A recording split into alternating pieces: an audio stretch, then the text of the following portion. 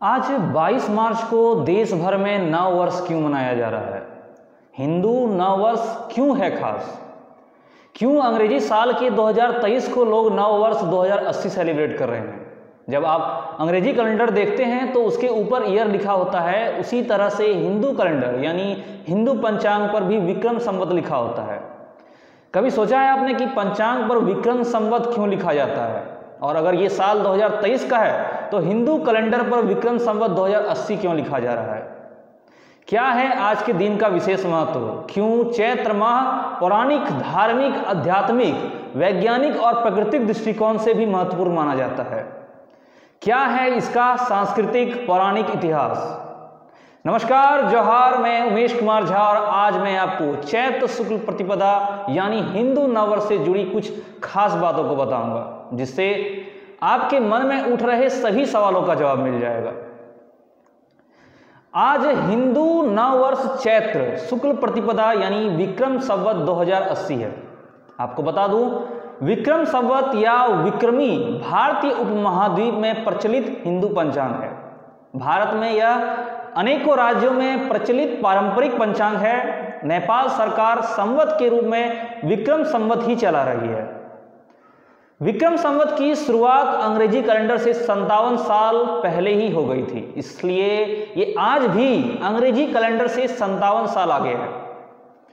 जब आप ईस्वी सन 2023 में 57 जोड़ेंगे तो 2080 यानी विक्रमी संवत आ जाएगा।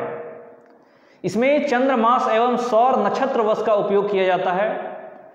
माना जाता है कि सम्राट विक्रमादित्य ने 57 ईसा पूर्व इसका प्रचलन आरंभ कराया था।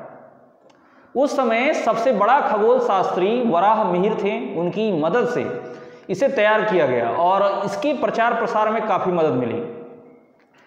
फिर राजा विक्रमादित्य के नाम से ही इसे विक्रम संवत कहा जाने लगा, जिसमें संवत का अर्थ साल से होता है।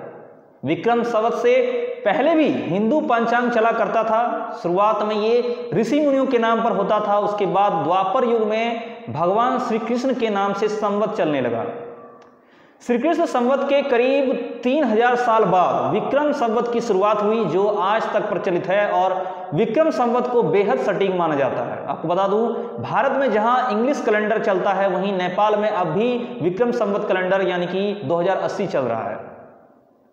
हर साल चैत्र मास की शुक्ल पक्ष की प्रतिपदा तिथि से नवरात्रि का पर्व शुरू होता है और इसी दिन से हिंदू नववर्ष की शुरुआत होती है। इस बार 22 मार्च से चैत्र नवरात्रि शुरू हो रही है। इस नवरात्रि में देवी दुर्गा मां की 9 रूपों को 9 दिनों में पूजा की जाती है। यह आज 22 मार्च से शुरू होकर 30 मार्च गुरुवार को समाप्त होगी। इस नवरात्रि का आखिरी दिन रामनवमी होता है, यानी श्री राम का जन्मदिन, जिसकी वजह से कुछ लोग इसे राम नवरात्रि भी कहते हैं। चैत्र नवरात्रि का पहला दिन हिंदू नववर्ष के रूप में पूरे भारतवर्ष में मनाया जाता है और यह नववर्ष भारत के साथ साथ नेपाल, मॉरिशस, त्रिनिदाद, टोबैगो और कई अन्य देशों में जहां महत्वपूर्ण हिंदू आबादी है, वहां यह पर्व, ये त्योहार, ये नववर्ष मनाया जाता है।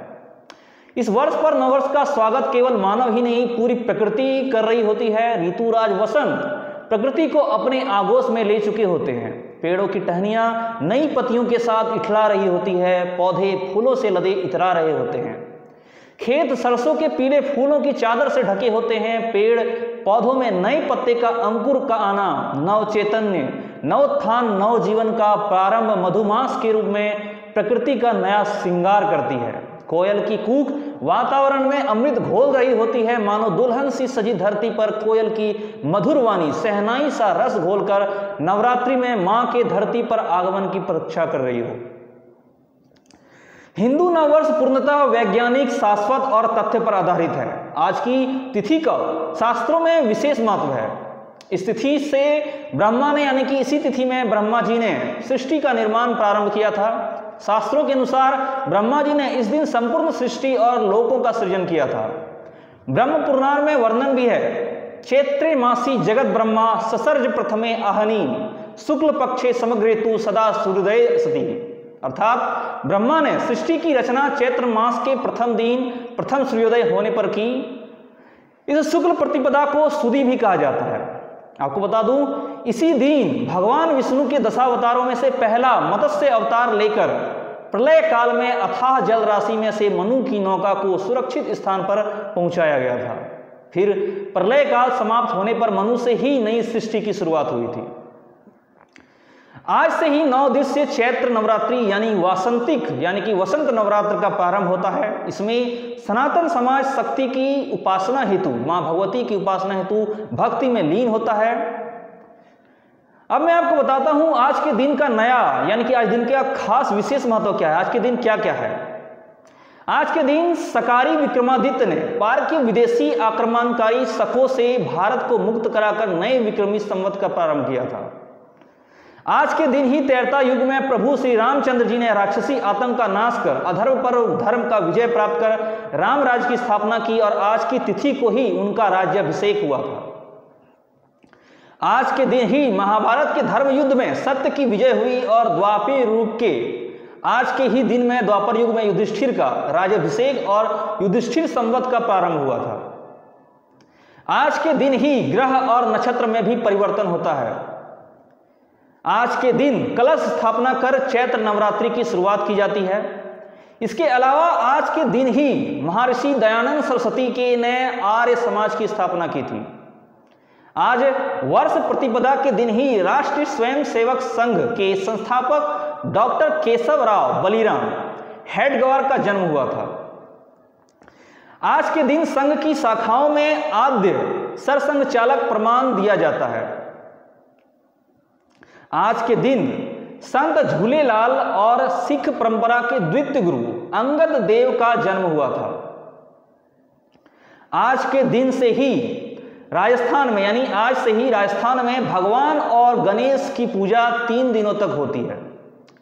हिंदू नववर्ष यानी आज के दिन से ही महाराष्ट्र, कोंकण और गोवा के क्षेत्र में गुड़ी पड़वा, आंध्र प्रदेश, कर्नाटक, तेलंगाना में उगादी, राजस्थान के मारवाड़ क्षेत्र में थापना एवं सिंधी क्षेत्र में चेती चांद, केरल में विंसु, असम में रंगोली बहु और जम्मू कश्मीर में नवरेह नाम से मनाया जाता है। आज का दिन बिहार में बिहार दिवस और विश्व भर में विश्व जल दिवस के रूप में भी मनाया जाता है। आपको बता दूं, प्राचीन काल में दुनिया भर में मार्च को ही वर्ष का पहला महीना माना जाता था। आज भी बही खाते का नवीनीकरण यानी कि शुरुआत और मंगल कार्य की शुरुआत मार्च में ही होती है। ज्योतिष विद्या में ग्रह, ऋतु, मास, तिथि एवं पक्ष आदि की गणना भी चैत्र प्रतिपदा यानी कि चैत्र के पहले तिथि से ही की जाती है। मार्च से ही सूर्य मास अनुसार मेष राशि की शुरुआत की भी मानी जाती है। चैत्र माह की शुरुआत कैसे होती है? दरअसल अमावस्या के पश्चात चंद्रमा जब मेष राशि और अश्विनी नक्षत्र में प्रकट होकर प्रतिदिन एक कला बढ़ता हुआ 15वें दिन चित्रा नक्षत्र में पूर्णता को प्राप्त करता है, तब वह मास चित्रा नक्षत्र के कारण चैत्र कहलाता है। इसे संवत्सर कहते हैं, जिसका अर्थ ऐसा विशेषकर है जिसमें 12 माह होते हैं। चैत्र माह की शुरुआत शुक्ल प्रतिपदा से होती है। यह कल्पदी तिथि है। चैत्र शुक्ल प्रतिपदा तिथि से ही सतयुग का प्रारंभ माना जाता है। इसलिए इस दिन से ही सभी को नववर्ष की बधाई देनी चाहिए, सभी को नववर्ष की शुभकामनाएं देनी चाहिए और इसी दिन से ही कई धार्मिक अनुष्ठान कार्य वगैरह भी शुरू होते हैं।